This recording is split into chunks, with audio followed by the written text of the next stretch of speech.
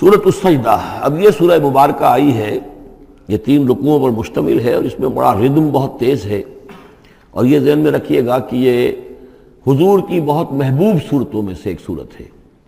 اس لیے کہ آپ کا یہ رواج، آپ کا یہ معمول تھا کہ آپ جمعے کے روز صبح فجر کی پہلی رکعت میں اس سورہ سجدہ کی تلاوت فرمایا کرتے تھے۔ تو جن صورتوں کے ساتھ حضور کو خاص طور پر کوئی تعلق خاطر تھا اضافی طور پر، تو اس کا ہمیں اسی سے اندازہ ہوتا ہے کہ نمازوں میں آپ جو زیادہ پڑھتے تھے، تو فجر کی نماز جمعے کے دن اس میں بالعموم آپ کا یہ معمول تھا کہ یہ سورہ سجدہ جو ہے پوری 3 رکوع پوری جو ہے وہ پہلی رکعت میں پڑھتے تھے، اور دوسری رکعت کے اندر سورۃ الدہر، یا پھر یہ کہ کبھی کبھی ایسا ہوتا تھا کہ پہلی سورت میں سورہ جمعہ اور دوسری میں سورہ منافقون، وہ 2 رکوعوں کی صورتیں ہیں، لیکن یہ جو ہے یہ سورت خاصی طویل ہے۔ الف لام میم تنزیل الکتاب لا ریب فیہ من رب العالمین، اس کتاب کا اتارا جانا ہے کہ جس میں کوئی شک نہیں، کوئی فریب نہیں، رب العالمین کی طرف سے ہے۔ ام یقولون افتراہ، کیا یہ کہتے ہیں کہ یہ محمد نے خود گھڑ لی ہے صلی اللہ علیہ وسلم، خود لکھ لی ہے؟ بل هو الحق من ربک، نہیں، یہ الحق ہے تیرے رب کی طرف سے، لتنذر قوما ما اتاہم من نذیر، تاکہ خبردار کر دیں آپ اے نبی اس قوم کو کہ جس کے پاس کوئی نبی پہلے نہیں آیا، کوئی خبردار کرنے والا نہیں آیا۔ حضرت اسماعیل سے لے کر اور حضرت محمد تک بڑے طویل عرصے تک کوئی نبی اس نسل میں نہیں آیا، اس قوم میں نہیں آیا۔ لعلہم یہتدون، آپ خبردار کریں انہیں شاید تاکہ وہ ہدایت پائیں، شاید کہ وہ ہدایت پائیں، تاکہ وہ ہدایت پائیں۔ اللہ الذی خلق السماوات والارض وما بینہما فی 6 ایام، اللہ وہ ہے کہ جس نے پیدا کیا آسمانوں کو اور زمین کو اور جو کچھ ان دونوں کے مابین ہے 6 دنوں میں۔ ثم استوى علی العرش، پھر وہ متمکن ہو گیا تخت حکومت پر، تخت پر۔ ما لکم من دونہ من ولی، نہیں ہے تمہارے لیے اس کے مقابلے میں من ولی ولا شفیع، یہاں دون کا لفظ جو ہے مقابلے میں، اس کے خلاف، یعنی جب کہ وہ پکڑے تمہیں سزا دینا چاہے تو اس کے اس فیصلے کے کوئی آڑے نہیں آ سکتا، نہ کوئی ولی اور نہ کوئی شفیع۔ افلا تتذکرون، تو کیا تم تذکر نہیں کرتے، سمجھتے نہیں ہو، عقل سے کام نہیں لیتے؟ یدبر الامر من السماء الى الارض، وہ تدبیر کرتا ہے امر کی آسمان سے زمین کی طرف۔ ظاہر بات ہے کہ اللہ تعالیٰ کے جو فیصلے ہوتے ہیں، اور اس میں ایک تو ہے 1000 سال کا ایک نقشہ ہے جو اللہ بناتا ہے، پلاننگ ہے، جو اللہ کا ایک دن ہے،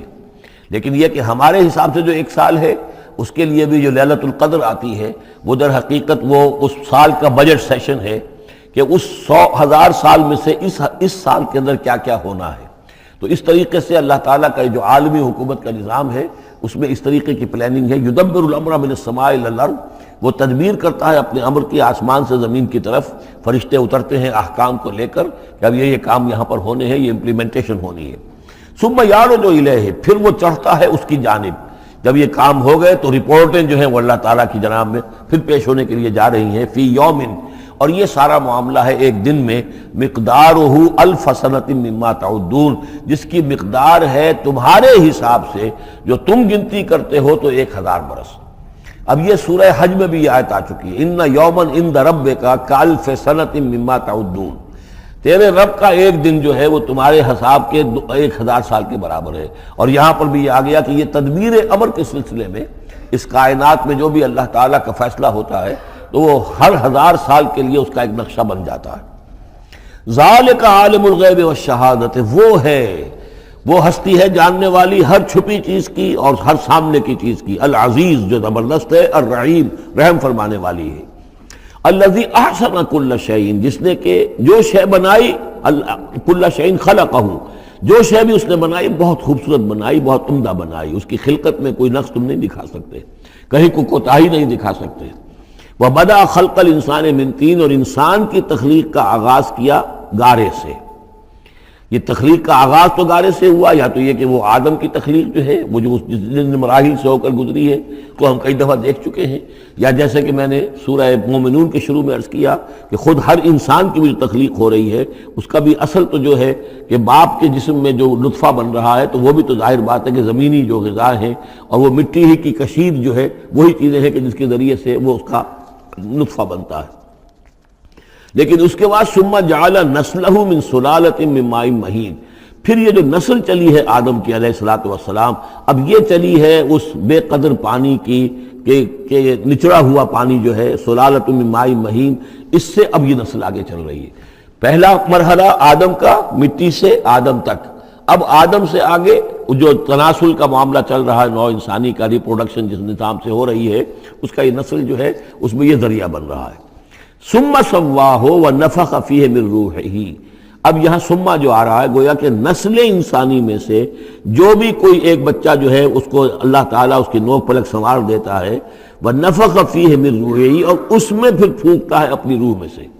یہ میں عرض کر چکا ہوں کہ یہ حدیث نبوی سے جو بڑی پختہ حدیث ہے حضرت عبداللہ ابن مسعود رضی اللہ تعالیٰ عنہ سے، اس میں یہ ہے کہ 40 دن نطفے کی شکل ہے، 40 دن مضغہ ہے، بلکہ درمیان میں علقہ ہے، اور پھر 120 دن کے بعد اللہ تعالیٰ فرشتے کو بھیجتا ہے جو اس میں روح پھونکتا ہے۔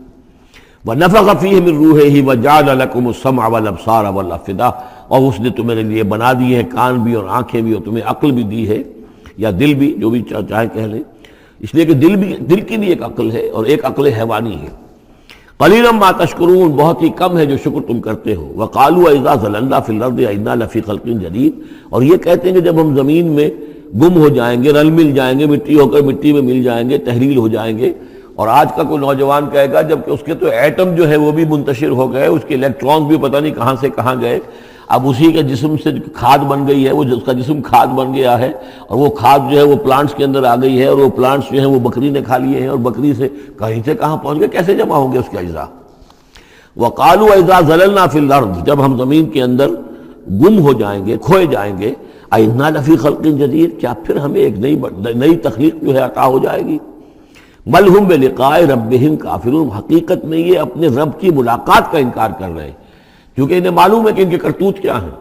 ظاہر بات ہے جس کے دل کے اندر اللہ کے لیے خلوص اور محبت ہے، اور دل راب دل رہیس، تو اسے یہ بھی یقین ہوگا میرا پروردگار بھی مجھ پر شفقت فرمائے گا، رحم فرمائے گا۔ آپ اگر مخلص ہیں اللہ کے ساتھ تو اللہ تعالیٰ کی طرف سے بھی رحمت کی امید ہوگی، تو پھر تو انسان ملنا چاہے گا۔ یہ لوگ انکار کرنا چاہتے ہیں اللہ سے ملاقات کا، اعتراض یہ کر رہے ہیں کیسے ہو سکتا ہے، کیسے پیدا ہو سکتے ہیں، حالانکہ بے وقوف یہ دیکھیں کہ اگر تمہیں وہ پہلی مرتبہ پیدا کر سکتا ہے تو دوبارہ پیدا کرنا کیسے مشکل ہوگا۔ تو تمہیں پہلے بھی پیدا کیا، زمین ہی سے اجزاء آئے ہیں، سارے ایٹمز وہیں سے آئے ہیں، وہیں سے ہو کر تمہارے وجود جو ہے وہ بنا ہے۔ قُلْ يَتَوَفَّاكُم مَلَكُ الْمَوْتِ الَّذِي وُكِّلَ بِكُم، کہہ دیجئے کہ تمہیں قبض کر لے گا وہ فرشتہ جو موت کا فرشتہ ہے، جو تم پر مقرر کر دیا گیا ہے۔ ثُمَّ إِلَىٰ رَبِّكُمْ تُرْجَعُونَ، پھر تم اپنے رب کی طرف لوٹا دیے جاؤ گے۔ وَلَوْ تَرَىٰ إِذِ الْمُجْرِمُونَ نَاكِسُو رُءُوسِهِمْ، اور کاش کہ تم دیکھ سکو وہ منظر جب کہ یہ مجرم کھڑے ہوں گے سر ڈالے ہوئے اپنے پروردگار کے سامنے۔ ربنا ابصرنا وسمعنا، وہ کہیں گے پروردگار اب ہم نے دیکھ لیا، حقیقت ہم پر منکشف ہو گئی، اب ہم نے سن لیا، ہر بات جو ہے ہم نے پا لی، فرجینا، تو ایک دفعہ ہمیں دنیا میں لوٹا دے، نعمل صالحا، اب ہم نیک عمل کریں گے، انا موقنون، اب ہمیں یقین آ گیا، ایمان کیا، ایمان سے بھی آگے کی بات، اب تو پورا یقین ہمیں حاصل ہو گیا۔ وَلَوْ شِئْنَا لَآتَيْنَا كُلَّ نَفْسٍ هُدَاهَا، اگر اسی طرح ہم نے ہدایت دینی ہوتی پردے اٹھا کر تو دنیا ہی میں ہم سب کو جو ہے ہدایت دے دیتے۔ اب فائدہ جو ہے اب ایمان لانے کا کوئی فائدہ نہیں ہے، اب تو جزا کا وقت ہے، یہ اب وہ امتحان کا وقت ختم ہو چکا۔ وَلَوْ شِئْنَا لَآتَيْنَا كُلَّ نَفْسٍ هُدَاهَا وَلَكِنْ حَقَّ الْقَوْلُ مِنِّي، لیکن میری طرف سے تو یہ میرا فیصلہ جو ہے یہ ثابت ہو چکا ہے، پختہ ہے، صادر ہو چکا ہے، لَأَمْلَأَنَّ جَهَنَّمَ مِنَ الْجِنَّةِ وَالنَّاسِ أَجْمَعِينَ، کہ میں جہنم بھی تو میں نے بنائی ہے نا، آخر اس کے لیے بھی مجھے ایندھن چاہیے، تو اب تو یہ کہ تم لوگ اس کا ایندھن بنو گے، اب تو میں جنات اور انسان جو بھی تھے، جو باغی تھے ہمارے، اب ان کو اس جہنم کے اندر جھونک کر رہیں گے۔ فَذُوقُوا بِمَا نَسِيتُمْ لِقَاءَ يَوْمِكُمْ هَٰذَا، اب چکھو ذرا مزہ اس چیز کا جو تم نے آج کے دن کی ملاقات کا انکار کیا یا اسے نظر انداز کیے رکھا۔ انا نسیناکم، ہم نے بھی اب تمہیں نظر انداز کر دیا، اب ہم سے بات نہ کرو، لا تکلمون، اب ہم مجھ سے بات نہ کرو۔ وذوقوا عذاب الخلد بما کنتم تعملون، اور جو کچھ تم کرتے رہے اس کی پاداش میں اب ہمیشگی والا عذاب چکھو۔ انما یؤمن بآیاتنا الذین اذا ذکروا بها، میری ایمان رکھنے والے تو ہماری آیات پر وہ لوگ ہیں کہ جب انہیں ہماری آیات کے ذریعے سے تذکیر کی جاتی ہے، نصیحت کی جاتی ہے، انہیں سنائی جاتی ہے، خروا سجدا، وہ سجدے میں گر پڑتے ہیں، وہ سبحوا بحمد ربہم، اور وہ اپنے پروردگار کی حمد کے ساتھ تسبیح کرتے ہیں، وہم لا یستکبرون، اور وہ گھمنڈ نہیں کرتے، تکبر نہیں کرتے۔ یہ آیت سجدہ ہے۔ تتجافی جنوبہم عن المضاجع، رات کے اوقات میں ان کے پہلو بستروں سے دور رہتے ہیں، علیحدہ رہتے ہیں رات کو۔ یبیتون لربہم سجدا وقیاما، ایک تو وہ شخص ہے کہ جو ساری رات پڑا سوتا رہتا ہے، اور ایک وہ ہے کہ جو وقفے وقفے سے اٹھتا ہے، اللہ کو یاد کرتا ہے، کبھی کھڑا ہے کبھی سجدہ کر رہا ہے۔ تو ان کے پہلو جو ہیں وہ ان کے بستروں سے علیحدہ رہتے ہیں۔ یدعون ربہم خوفا وطمعا، اپنے رب کو پکارتے رہتے ہیں، دعا کرتے رہتے ہیں اپنے رب سے، خوف کے ساتھ بھی اور طمع کے ساتھ بھی۔ انہیں امید بھی ہوتی ہے، لالچ بھی ہوتا ہے کہ اللہ تعالیٰ رحم فرمائے، مغفرت فرمائے، لیکن ڈر بھی رہتا ہے کہ کہیں ہماری پکڑ نہ ہو جائے۔ وَمِمَّا رَزَقْنَاهُمْ يُنْفِقُونَ، اور جو کچھ ہم نے انہیں دیا ہے اس میں سے پھر وہ خرچ کرتے ہیں ہماری رضا جوئی کے لیے۔ فَلَا تَعْلَمُ نَفْسٌ مَّا أُخْفِيَ لَهُم مِّن قُرَّةِ أَعْيُنٍ، تو کسی جان کو نہیں معلوم، کسی انسان کو نہیں معلوم کیا کچھ چھپایا گیا ہے ان کے لیے ان کی آنکھوں کی ٹھنڈک کے واسطے، یعنی جنت میں ہم نے کیا کچھ چھپایا ہوا ان کے لیے کوئی نہیں جانتا۔ فلا تعلم نفس، کوئی نہیں جانتا۔ اسی مضمون کو اصل میں حضور نے ادا کیا ہے کہ ما لا عین رات ولا اذن سمعت وما خطر علی قلب بشر، باقی جو چیزیں بیان کی گئی ہیں ان کے بھی اصل حقیقت تو وہاں کھلے گی، لیکن پھر بھی یہ تو ابتدائی نزول ہے، پہلی مہمان نوازی ان چیزوں سے ہے جن کا کہ قرآن مجید میں ذکر ہے، جن کو کہ ہم سمجھ سکتے ہیں۔ اصل نعمتیں جو جنت کی ہیں وہ تو یہ فلا تعلم نفس، کوئی نہیں جانتا کیا کچھ چھپایا گیا ان کے لیے، اللہ تعالیٰ نے کیا کچھ تیار کر کے رکھا ہوا ہے ان کی آنکھوں کی ٹھنڈک کا سامان۔ جزاء بما كانوا يعملون، وہ بدلہ ہوگا ان کے اعمال کا۔ افمن کان مومنا کمن کان فاسقا، تو بھلا ایک شخص کہ جو مومن ہے کیا وہ ایسا ہو جائے گا جیسے فاسق ہو؟ کیا ان کا انجام برابر ہوگا؟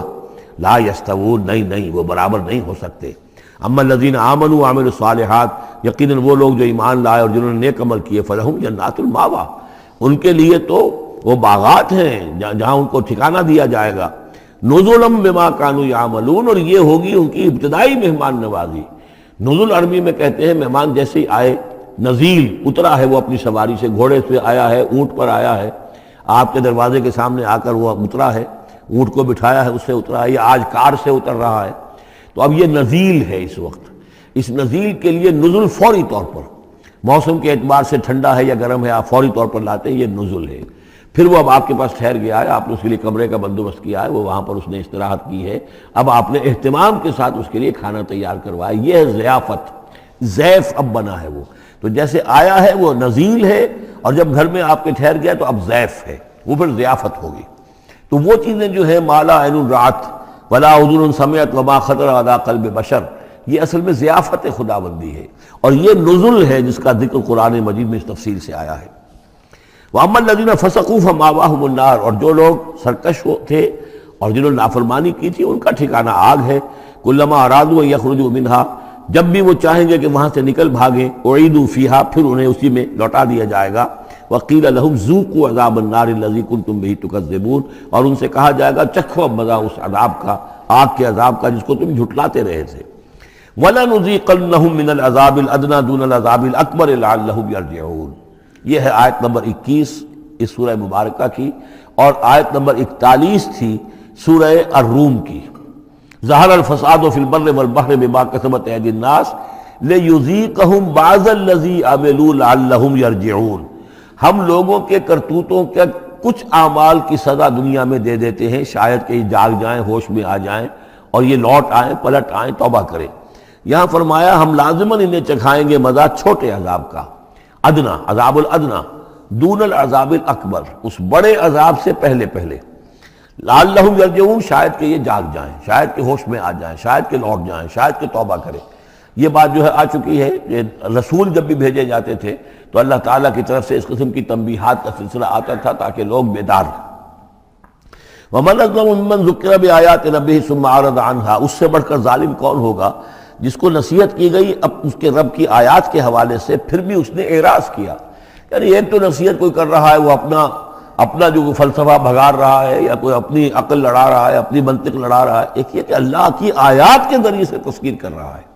پھر بھی اس سے اعراض کرے۔ ثم اعرض عنها انا من المجرمین منتقمون، ایسے مجرموں سے تو ہم انتقام لے کر رہیں گے۔ وَلَقَدْ آتَيْنَا مُوسَى الْكِتَابَ فَلَا تَكُنْ فِي مِرْيَةٍ مِّن لِقَائِهِ،